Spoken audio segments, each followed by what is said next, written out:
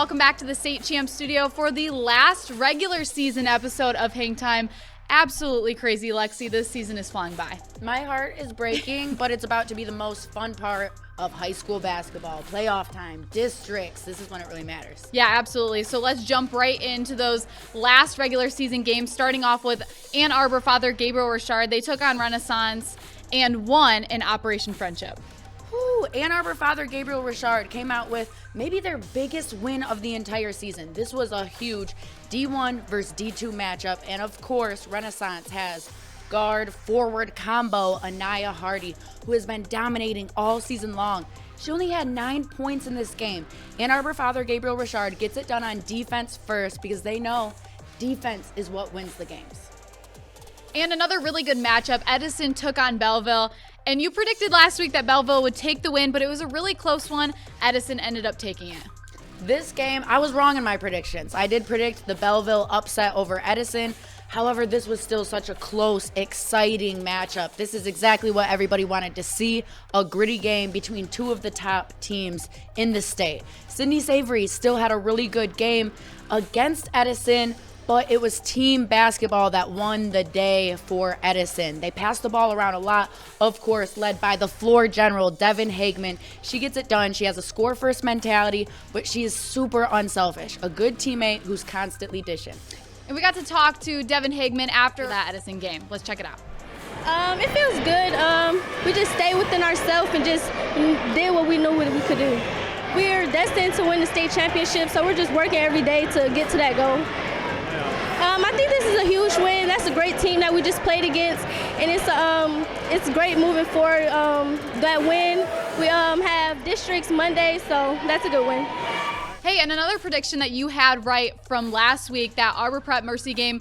You've been right a lot this season on Arbor Prep's win-loss record. I have. Arbor Prep, I predicted the back-to-back losses, got those correct. However, Arbor Prep was able to bounce back, and if they couldn't get this win over Farmington Hills Mercy, Arbor Prep was going to have to drop all the way out of Big Lexi's Big Ten because this was a game that they needed to win. They came back, they found their confidence, and the Utomi twins started to be dominant again. They got that score-first mentality all the time, but they got an extra chip on their shoulder in this Mercy game, really got fed down low thanks to their guards, and were able to just put in work. Yeah, and talk about dominating performances. We want to see your big plays. So if you have them, send them to us, Instagram, Facebook, Twitter, whatever you do, we want to see your big plays. 100%. We talk about the best 25 teams in the state every week, but you don't have to be one of the best teams in the state to have one of the best plays of the year. All right, and let's check in with Big Lexi's Big Ten for one of the last times this season. One of the biggest moves in your top 10, Renaissance dropped from that 6 to 8 spot, and that allowed some other teams to move around. I had to drop Renaissance from 6 to 8. They haven't been having a good February. This is a team that had a completely unblemished record heading into February, hasn't lost a single game, and then got 3 losses in February. Completely unacceptable, especially because they were unblemished going into that month.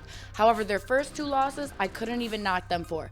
Renaissance lost to Detroit Edison, and Renaissance lost to Ann Arbor father Gabriel Richard, 2 of my top 5 teams in the state. So not a huge deal as long as they won the rest of their games. But when I saw that Renaissance dropped the Tecumseh game, my jaw hit the floor. Absolutely unacceptable loss for Renaissance. They had to win this game. Tecumseh is a really good team, really solid team, but 5 losses on the season. Renaissance needed that win.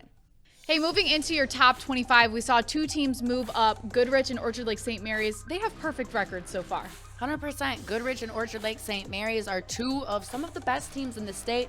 They haven't gotten enough credit this year because their schedule isn't as battle-tested, but because of the unblemished records, I had to move them at least to that 11 and 12 spot if they weren't able to break into the Big Ten. Yeah, we talked about Tecumseh having a huge win earlier this week. They moved into the top 25. Why? Because Tecumseh beat Renaissance, a team that has been in my Big 5, the top 5 all year long. So for Tecumseh to get that win, I had to put them in the top 25. Tecumseh's a team that had a really close loss to Detroit Country Day, a close loss to Grass Lake, Bedford, and 2 times to Chelsea. So those losses were all close and against good, solid teams. And Wayne Memorial, a team that had a couple of really big losses heading down the stretch. You moved them down in your top 25. I did. I had to move Wayne Memorial down because now they have 6 losses on the season, even though I really didn't want to move them down. Wayne Memorial lost to Belleville and Edison, 2 of some of the best teams in the state. And I feel bad for Wayne Memorial's move because 2 more of their losses outside of the Belleville-Edison game were to 2 really good out-of-state teams. So Wayne Memorial absolutely still deserves to be in Big Lexi's Big 25. But Stony Creek was kicked out of your top 25. What made you make that move?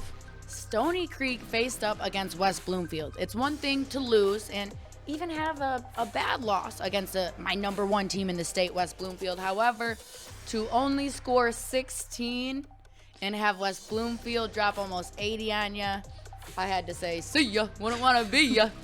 That's all we've got for this week's show, but make sure you guys tune in next week. We're going to be previewing and getting Lexi's predictions for the district final games. We're super excited for it. Super excited, especially because when it comes to some of these district matchups, you're going to end up with a couple of the best teams facing up early on, and one of them has to get kicked out before they even have a shot to getting to that Breslin Center. Absolutely. We're excited to see your predictions as well, Lexi. We'll see if you're right. Make sure you guys tune in next week for Hangtime.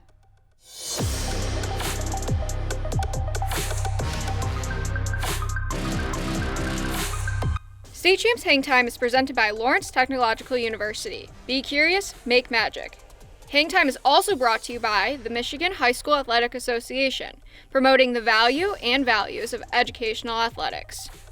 The Michigan Army National Guard, proud partner of the MHSAA, and the Detroit Athletic Club Foundation Athlete of the Year Award. Applications now being accepted until March 31st, 2024 for the male and female athletes of the year. Download the application today at dacathleteoftheyear.com.